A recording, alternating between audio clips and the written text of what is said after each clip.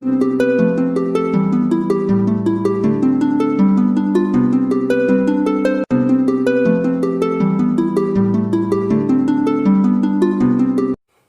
Students, welcome to my YouTube channel smart commerce study Bangla. তোমাদের সঙ্গে এই ভিডিওটিতে আমি অরিজিৎ আজ ডিসকাস করব তোমাদের ক্লাস 11-এর এক নতুন টপিক নিয়ে, সেটা হচ্ছে ট্রায়াল ব্যালেন্স। তো এই ভিডিওটিতে আমি ট্রায়াল ব্যালেন্সের ইন্ট্রোডাকশনটা ডিসকাস করব, অর্থাৎ ট্রায়াল ব্যালেন্স কি, ট্রায়াল ব্যালেন্স তোমরা কেন করবে, ট্রায়াল ব্যালেন্স করার ফলে তোমাদের অ্যাকাউন্টসের পরবর্তী ক্ষেত্রে কি সুবিধা হবে। তো এই সমস্ত বিষয়গুলি হবে আমার আলোচ্য বিষয়। তো ট্রায়াল ব্যালেন্স হলো, ট্রায়াল ব্যালেন্সের বাংলাটা আগে জেনে নেওয়া যাক। ট্রায়াল ব্যালেন্সের বাংলা হচ্ছে রেওয়া মিল, এখানে আমি লিখে দিয়েছি রেওয়া মিল। তো ট্রায়াল ব্যালেন্স কাকে বলে? এবার ট্রায়াল ব্যালেন্স হচ্ছে একটা সংক্ষিপ্ত বিবরণী। আমরা এর আগে লেজার করেছি, তো লেজারে কি করতাম, আমরা প্রত্যেকটা লেজার এক একটা হেড করতাম। তো হেডের মধ্যে তোমরা খেয়াল করো যে টু ব্যালেন্স বিডি বা বাই ব্যালেন্স বিডি বেরোতো কিছু একটা শেষকালে। তো সেই যে টু ব্যালেন্স বিডি বা বাই ব্যালেন্স বিডি, সেইগুলোকে আমরা ট্রায়াল ব্যালেন্সে পোস্টিং করব। অর্থাৎ এটা বলা যেতে পারে যে আমরা লেজার থেকে ট্রায়াল ব্যালেন্সে পোস্টিং করি। এবার ট্রায়াল ব্যালেন্স করার ফলে আমরা অ্যাকাউন্টসে কি সুবিধা পাবো ভবিষ্যতে, তাই তো? তোমাদের দেখবে ক্লাস 11-এর একটা টপিক আছে, সেটা হচ্ছে ফাইনাল অ্যাকাউন্ট নামে। তো আমরা যখন ফাইনাল অ্যাকাউন্ট করতে যাব তখন এই ট্রায়াল ব্যালেন্সটা লাগবে। ট্রায়াল ব্যালেন্স দেখি আমরা ফাইনাল অ্যাকাউন্ট করব। এবার দেখো, আমি এখানে একটা ট্রায়াল ব্যালেন্সের ছক করে দিয়েছি। মানে আগে ট্রায়াল ব্যালেন্সের ঘরটা কি রকম সেটা জেনে নেওয়া যাক। নেম অফ অ্যাকাউন্টের একটা ঘর করেছি, এদিকে নেম অফ অ্যাকাউন্টে একটা ঘর করেছি। এই দিকটা ডেবিট দিক, এই দিকটা ক্রেডিট দিক। তো আমি এর আগেই কি বললাম যে লেজার করার সময় টু ব্যালেন্স বিডি বা বাই ব্যালেন্স বিডি বেরোতো। তো টু ব্যালেন্স বিডি আমরা ডেবিট দিকে করতাম। তো যেটা টু ব্যালেন্স বিডি বেরোবে সেটা আমরা ডেবিট দিকে ফেলবো, অর্থাৎ আর যেটা ক্রেডিট দিকে বাই ব্যালেন্স বিডি বলে আসে সেটা আমরা ক্রেডিট দিকে বসাবো। আর তোমরা দেখতে পাচ্ছ যে আমি নেম অফ অ্যাকাউন্টে অনেকগুলো অ্যাকাউন্টস বসিয়েছি, এদিকেও নেম অফ অ্যাকাউন্টে ক্রেডিট দিকে অনেকগুলো নেম অফ অ্যাকাউন্টস বসিয়েছি। তো এইগুলো হচ্ছে মোস্ট কমন অ্যাকাউন্টস। তোমরা যখনই রেয়ামেল করবে বা পরীক্ষার সময়ই বলো বা যখন বইয়ের অঙ্ক করবে তখন দেখবে এইগুলোর মধ্যেই ম্যাক্সিমামটা তোমরা পেয়ে যাবে। আর তোমরা যদি এই ছকটাকে যদি তোমরা মুখস্থ করতে পারো, কারো সাধ্য নেই তোমাদেরকে ট্রায়াল ব্যালেন্স থেকে আটকায়। তো এবার যে অ্যাকাউন্টগুলো লিখেছি এগুলো আমি এবার ডিসকাস করব। তো আরেকটা কথা বলি যে ট্রায়াল ব্যালেন্সের নিয়ম অনুযায়ী অল এক্সপেন্সেস অ্যান্ড লসেস আর ডেবিট ব্যালেন্স। অর্থাৎ তোমরা কোম্পানির যখন অঙ্ক করবে যাবতীয় খরচগুলো এবং সম্পত্তি বলতে ল্যান্ড, বিল্ডিং, অফিস ফার্নিচার, তো এই সমস্ত কিছু লেনদেনগুলো হবে ডেবিট, এবং কিছু খরচ করলে সেগুলো হবে ডেবিট ব্যালেন্স। আর ট্রায়াল ব্যালেন্সের নিয়ম অনুযায়ী অল গেইনস অ্যান্ড লাইবিলিটিস আর ক্রেডিট ব্যালেন্স। অর্থাৎ কোম্পানি কিছু থেকে আয় করলো, যেমন একটা সেলস করলো, তো সেক্ষেত্রে আয় হলো, সেক্ষেত্রে হবে ক্রেডিট ব্যালেন্স। বা আমাদের পাওনাদারের কাছে আমরা এখনো টাকা বাকি আছে আমাদের, তো সেক্ষেত্রে হবে সেগুলো ক্রেডিট ব্যালেন্স। অর্থাৎ সমস্ত কিছু খরচগুলো ডেবিট ব্যালেন্স, আর আয় এবং লাইবিলিটিস গুলো সমস্ত কিছু ক্রেডিট ব্যালেন্স। এবার আমরা ডেবিট দিকটা আগে আমি শুরু করব। প্রথমে আছে ওপেনিং স্টক। তোমরা একটা কোম্পানি ধরো শুরু করলে, তো কোম্পানি শুরু করার জন্য কি চাই? মালপত্র চাই। তো এই মালপত্রগুলো যদি তোমাদের আগে থেকে মজুদ থাকে, মানে কেনা নয়, আগে থেকে যদি মজুদ থাকে কোম্পানিতে, তো সেক্ষেত্রে হবে ওপেনিং স্টক। ধরো আরো ভেঙে বলছি আমি, ধরো আমি একটা চটকলের মালিক। আমি কি করব, আমার কাঁচামাল হচ্ছে পাট। তো এই পাটটা যদি আমার আগে থেকে মজুদ থাকে, মানে কেনার আগে থেকে যদি মজুদ থাকে, তো সেক্ষেত্রে হবে ওপেনিং স্টক। আর এই ওপেনিং স্টকটা হচ্ছে ডেবিট ব্যালেন্স। এরপর দেখো আছে সেকেন্ডটা পারচেজ অ্যাকাউন্ট। এবার মালপত্র, কোম্পানির প্রয়োজনীয় মালপত্র যদি, কোম্পানির যাবতীয় মালপত্র যদি কেনা হয়, তো সেক্ষেত্রে কি পারচেজ হচ্ছে, তো সেক্ষেত্রে হবে পারচেজ অ্যাকাউন্ট। তোমাদের এই যে অ্যাকাউন্টগুলো লিখেছি এর মধ্যে থেকে তোমরা যদি ঠিকঠাক মুখস্থ করতে পারো, তোমরা 90% অবশ্যই কমন পাবে, মানে এর মধ্যে থেকে সমস্ত কিছু আসে। এরপর হচ্ছে র মেটেরিয়াল কনজিউমড। আমি এর আগে কি বললাম, পাটের চটকলে একটা এক্সাম্পল দিয়ে বললাম। তো চটকল খোলার জন্য আমার পাট ছাড়া অনেক কিছু লাগে, এছাড়াও এক্সট্রা কিছু, তো সেইগুলো যাবে র মেটেরিয়ালসে। পাটও র মেটেরিয়ালস বলা যেতে পারে। তো র মেটেরিয়ালস কনজিউম এই ব্যাপারটা। এবার হচ্ছে ক্যারেজ ইনওয়ার্ড। কোম্পানির মালপত্র যখন আমরা ট্রাকে করে ধরো বা ট্রেনে করে ধরো এলো, তো এক্ষেত্রে কি হলো, একটা ভাড়া তো নেবে ওরা, তো এই যে ভাড়াটা এটাকে বলা হবে ক্যারেজ ইনওয়ার্ড। এরপর ডাইরেক্ট এক্সপেন্সেস। ডাইরেক্ট এক্সপেন্সেস বলতে আমরা বুঝি কোম্পানির পারচেজ সংক্রান্ত মানে কেনা সংক্রান্ত যাবতীয় খরচগুলোকে ডাইরেক্ট এক্সপেন্সেসে ফেলতে হয়। এরপর ওয়েজেস অ্যাকাউন্ট। ওয়েজেস অ্যাকাউন্ট কি, মানে কোনো তোমরা ধরো কোনো শ্রমিককে, কোনো কোম্পানি শ্রমিককে পারিশ্রমিক দিল, তো সেক্ষেত্রে সেটা হবে ওয়েজেস অ্যাকাউন্টে যাবে। এরপর হচ্ছে সানডে ডেটর্স। এবার তোমার কোম্পানি থেকে কেউ কিনেছে, বলতে ধারে কিনেছে, তো সেক্ষেত্রে এখনো পয়সা দেয়নি, সেটা কি একটা খরচ। তো আগেই আমি বলেছি যে ডেবিট ব্যালেন্সটা সবসময় খরচে যাবে, তো সানডে ডেটর্স একটা খরচ। এবার হচ্ছে গ্যাস ওয়াটার ফুয়েল। এবার তোমার কোম্পানিতে গ্যাস ওয়াটার ফুয়েল এইসব লেগেছে, সেগুলো একটা খরচ, তো সেটা ডেবিট ব্যালেন্স। এরপর হচ্ছে মোটিভ পাওয়ার, এগুলো সবই এক একটা এক্সপেন্সেস। এরপর হচ্ছে স্যালারি অ্যাকাউন্ট। ধরো কোম্পানি তার কোনো উচ্চপদস্থ কর্মচারীকে স্যালারি পেড করেছে অর্থাৎ দিয়েছে, সেক্ষেত্রে এটা একটা খরচ, সেক্ষেত্রে স্যালারি হচ্ছে। এবার অফিস এক্সপেন্সেস। অফিস এক্সপেন্সেস বলতে অফিস চালানোর জন্য তো একটা খরচ লাগে, তো সেই খরচটা অফিস এক্সপেন্সেসে যাবে। প্রিন্টিং এন্ড স্টেশনারি বলতে তোমার কোনো প্রিন্টিং এ খরচ হয়েছে বা অফিসে কোনো স্টেশনারিজ এর খরচ হয়েছে।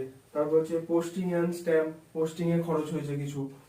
তারপর রেন্ট ট্যাক্স ইন্স্যুরেন্স, কোম্পানি কাউকে রেন্ট পেড করেছে অর্থাৎ কাউকে ভাড়া দিয়েছে, ট্যাক্স দিয়েছে বা কোম্পানির ইন্স্যুরেন্স দিয়েছে, তো সেক্ষেত্রে সবই খরচের দিক অর্থাৎ ডেবিট দিকে আসবে।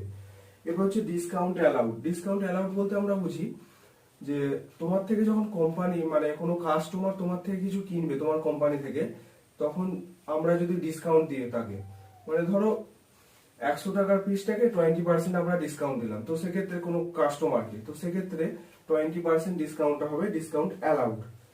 এরপর হচ্ছে ব্যাড ডেট। এবার তোমার কোনো খদ্দের তোমার পয়সা দেয়নি অর্থাৎ সেটা কুরিন হয়ে গেছে, পয়সা দেয়নি আর তার থেকে পাওয়ার কোনো আশা নেই, তো সেক্ষেত্রে সেটা হবে ব্যাড ডেট, এটা একটা খরচ হচ্ছে, তো সেক্ষেত্রে ডেবিট ব্যালেন্স।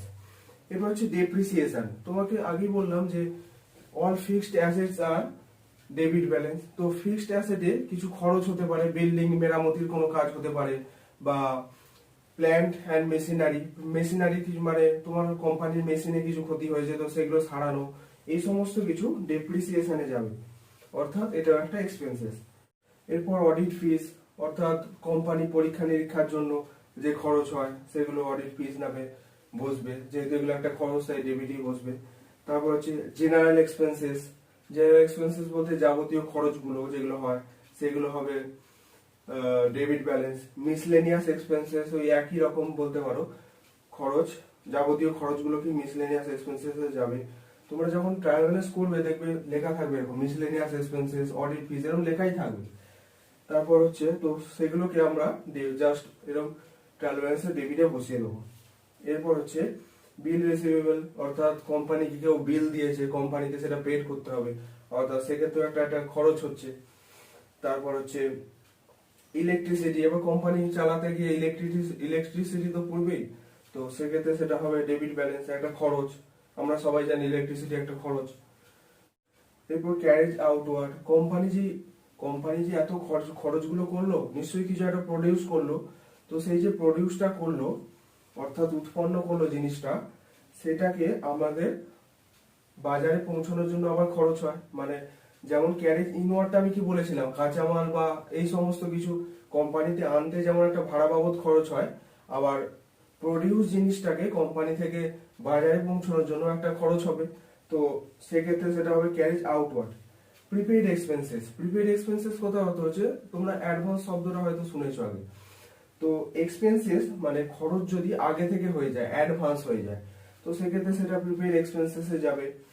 তারপর হচ্ছে সেলস রিটার্ন। আমরা কি, সেলস হচ্ছে একটা আয়, আর সেলস রিটার্ন যদি কেউ করে সেটা একটা কি ক্ষতি হচ্ছে কোম্পানির, তো সেক্ষেত্রে সেলস রিটার্নটা হবে ডেবিট ব্যালেন্স অর্থাৎ খরচের দিক। এবার interest on loan. Company loan নিয়েছে, তো সেই জন্য কি করতে হয়, কোম্পানি যেহেতু লোন নিয়েছে সেই জন্য তাকে কোম্পানিকে ইন্টারেস্ট দিতে হবে, তো সেক্ষেত্রে সেটা হবে খরচের দিক অর্থাৎ ডেবিট দিক। এরপর হচ্ছে গুডউইল। এবার কোম্পানির একটা সুনাম আছে, তো সেই সুনামটাকে বজায় রাখার জন্য কোম্পানি খরচ করবে, তো সেক্ষেত্রে সেটা গুডউইল হবে। Reserve for discount. এগুলো সবই হচ্ছে এক্সপেন্সেসে যাবে। এরপর ব্যাংক ক্যাশ, এগুলো হচ্ছে সব একটা ব্যাংক ক্যাশ, এগুলো হচ্ছে একটা সম্পত্তি, এর আগে আমরা জানি। তো এইগুলো সম্পত্তিগুলো ডেবিট ব্যালেন্সই আসে। এবার হচ্ছে ড্রয়িং অ্যাকাউন্ট। এবার কোনো মালিক, কোম্পানির মালিক বলতে পারো বা কোম্পানির ম্যানেজার, সে কি করলো যে কিছু টাকা কোম্পানি থেকে তুলে নিল তার ব্যক্তিগত খরচের জন্য, তো সেক্ষেত্রে সেটা ড্রয়িং অ্যাকাউন্টে যাবে।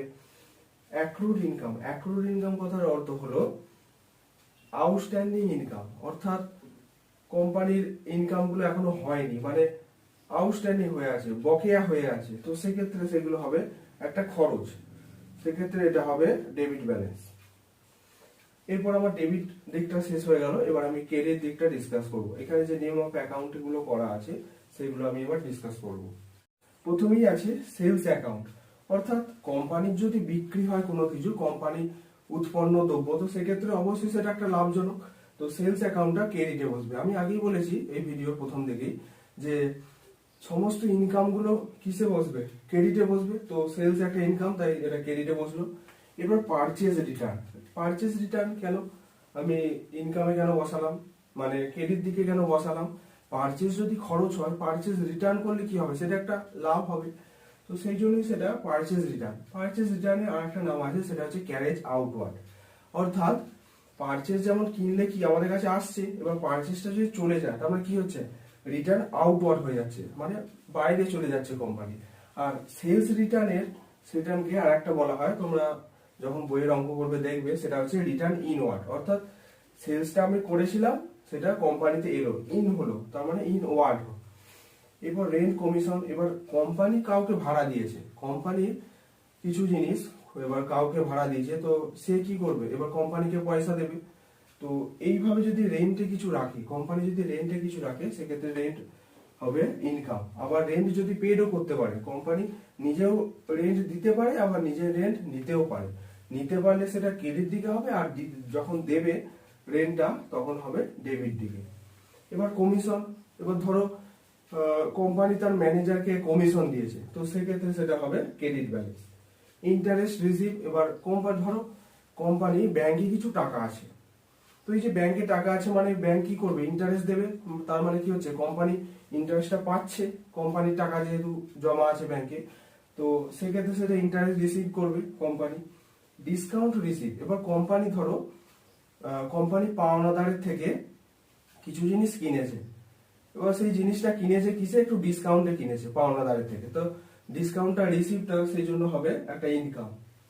এরপর ব্যাড ডেট রিকভারি, আমি ব্যাড ডেটটা কি বললাম, যে কোনো খদ্দের যদি পয়সা না দেয় সেক্ষেত্রে সেটা ব্যাড ডেট হবে, আর যদি সেই ব্যাড ডেটটা থেকে টাকাটা উঠে আসে সেক্ষেত্রে সেটা হবে ব্যাড ডেট রিকভারি। এই প্রভিশন ফর ব্যাড ডেট, এরপরে হচ্ছে প্রভিশন ফর ব্যাড ডেট, অর্থাৎ ব্যাড ডেট হয়েছে এর জন্য একটা প্রভিশন পাওয়া যায়, তোমরা যখন পরবর্তীকালে অঙ্ক করবে দেখতে পাবে, তো সেক্ষেত্রে সেটা একটা বলা যেতে পারে এটা একটা লায়াবিলিটিস। এরপর হচ্ছে ক্যাপিটাল অ্যাকাউন্ট, ক্যাপিটাল অ্যাকাউন্ট আমরা আগেই জানি যে এটা একটা দেনা। তারপর লোন, কোম্পানি ধরো কিছু লোন নিয়েছে, তো সেক্ষেত্রে সেটা হবে একটা ক্রেডিট ব্যালেন্স অর্থাৎ দেনা। তারপর হচ্ছে বিলস পেয়েবল, এবার কোম্পানি যদি বিলটা অন্য কাউকে পাঠায়, মানে আমি এর আগে বিল রিসিভেবলটা কি বললাম, অন্য কেউ কোম্পানিকে বিল পাঠালো, এবার কোম্পানিও তো বিল পাঠাতে পারে, তো সেক্ষেত্রে সেটা একটা লায়াবিলিটিস হবে, অর্থাৎ দেনা হচ্ছে, সেই জন্য এটা ক্রেডিট দিকে বসলো। এরপর দেখো ব্যাংক ওভারড্রাফট, এবার কোম্পানির ব্যাংকে কিছু টাকা আছে, এই টাকাটা যদি মানে সাপোজ উদাহরণ দিচ্ছি যে কোম্পানির 1000 টাকা আছে ব্যাংকে, তো সেক্ষেত্রে যদি আমরা কোম্পানি যদি 1000 টাকার বেশি মানে অ্যাকাউন্টে যত টাকা আছে তার থেকে যদি বেশি টাকা তুলে ফেলে ব্যাংক থেকে, সেটা হবে ব্যাংক ওভারড্রাফট। এরপর হচ্ছে আউটস্ট্যান্ডিং এক্সপেন্সেস, মানে আমরা কিছু খরচ করেছি কিন্তু এখনো পয়সা দিইনি, তো সেক্ষেত্রে সেটা একটা দেনা। আগেই বলেছি যে দেনার হিসাব খাত এবং লাইবিলিটিস, অর্থাৎ লাইবিলিটিস আর ইনকাম গুলো সমস্ত কিছু ক্রেডিট ব্যালেন্সে আসবে। এরপর হচ্ছে অ্যাডভান্স ইনকাম, এটা কি একটা, এটা একটা আয় হচ্ছে, আমরা ইনকামটা আগে থেকে পেয়ে গেছি, ইনকামটা যদি আমরা আগে থেকে পেয়ে যাই মানে অ্যাডভান্সলি পেয়ে যাই, তো সেক্ষেত্রে সেটা ক্রেডিট ব্যালেন্স। এবার হচ্ছে জেনারেল রিজার্ভ, আমরা কিছু সংরক্ষণ রেখেছি, কোম্পানির মধ্যে কিছু টাকা আমরা সংরক্ষণে রেখেছি, তো সেক্ষেত্রে সেটা হবে জেনারেল রিজার্ভ। এরপর রিজার্ভ অ্যান্ড প্রভিশন। রিজার্ভ তো এখানে ডিসকাস আমি করলাম, আর প্রভিশনটা তো বলে দিলাম যে ব্যাড ডেপ্টের ফলে কিছু প্রভিশন পাওয়া যায়। এরপর হচ্ছে reserve for discount on debtors. এবার ডেটর্সদের আমরা কি করতাম, ডিসকাউন্ট দিতাম। তো ডিসকাউন্টের টাকাটা কোম্পানিতে কিছু সংরক্ষিত যদি থাকে তাহলে সেটা এইদিকে বসবে, সেটা একটা ইনকাম হচ্ছে, সেই জন্য একটা ক্রেডিট দিকে বসবে। তো আমার এই রেওয়া মিলের অর্থাৎ ট্রায়াল ব্যালেন্সের সমস্ত অ্যাকাউন্ট দিকটা বোঝানো হয়ে গেছে। এবার তোমরা যদি এই অ্যাকাউন্টের এই কটা যতগুলো আমি লিখেছি এখান থেকে এত পর্যন্ত যা বোঝালাম এখন পর্যন্ত যদি মুখস্থ করতে পারো, দেখবে তোমরা এমনি পরীক্ষার সময় 90% পর্যন্ত কমন অবশ্যই পেয়ে যাবে। ট্রায়াল ব্যালেন্সের সমস্ত অ্যাকাউন্টগুলো ডেবিট দিকে ক্রেডিট দিকে বসানোর পর তোমরা ডেবিট দিকটা আর ক্রেডিট দিকটা যোগ করবে। দেখবে বেশিরভাগ ক্ষেত্রেই ডেবিট দিক আর ক্রেডিট দিকটা সমান আসবে, অর্থাৎ ডেবিট দিকে দেখা গেল 1000 টাকা, ক্রেডিট দিকেও দেখা গেল 1000 টাকা, দুদিকটা মিলতে হবে। এবার অনেক ক্ষেত্রে দেখা যায় যে ডেবিট দিক আর ক্রেডিট দিকটা মেলে না, মানে ধরো ডেবিট দিকটা 1000 টাকা আছে আর ক্রেডিট দিকটা আছে 500 টাকা। এই যে 500 টাকা ঘাটতি হচ্ছে, এটা অনেক ক্ষেত্রে হয় অঙ্ক করার সময়। তো সেক্ষেত্রে যে দিকটা কম হবে সেদিকটা সাসপেন্স বলে বসাতে হবে। এবার আমি ওপেনিং স্টক বসিয়ে দিয়েছি, ক্লোজিং স্টকটা তোমরা তখনই করবে ধরো তোমাদের অঙ্কতে দেয়া আছে, কিন্তু যদি পারচেজ বা র মেটেরিয়াল কনজিউম, এই যে আমি এই দুটো লিখেছি, এর পাশে যদি অ্যাডজাস্টের শব্দটা থাকে, মানে এরকম ব্র্যাকেটে যদি এরকম লেখা থাকে, তোমাদের যখন অঙ্ক করবে দেখবে, তো সেটা যদি থাকে তখনই আমরা ক্লোজিং স্টকটা বসাবো। সেটা কোন দিকে বসাবো, ডেবিট ব্যালেন্সের দিকেই বসাবো। তো আজকের আমার এই ক্লাসটা এখানেই শেষ হলো। আশা করছি তোমাদের এই ভিডিওটি উপকারে এসেছে। আর যদি ভালো লেগে থাকে এই ভিডিওটিকে অবশ্যই লাইক, কমেন্ট এবং শেয়ার করবে, আর সাবস্ক্রাইব করতে ভুলবে না।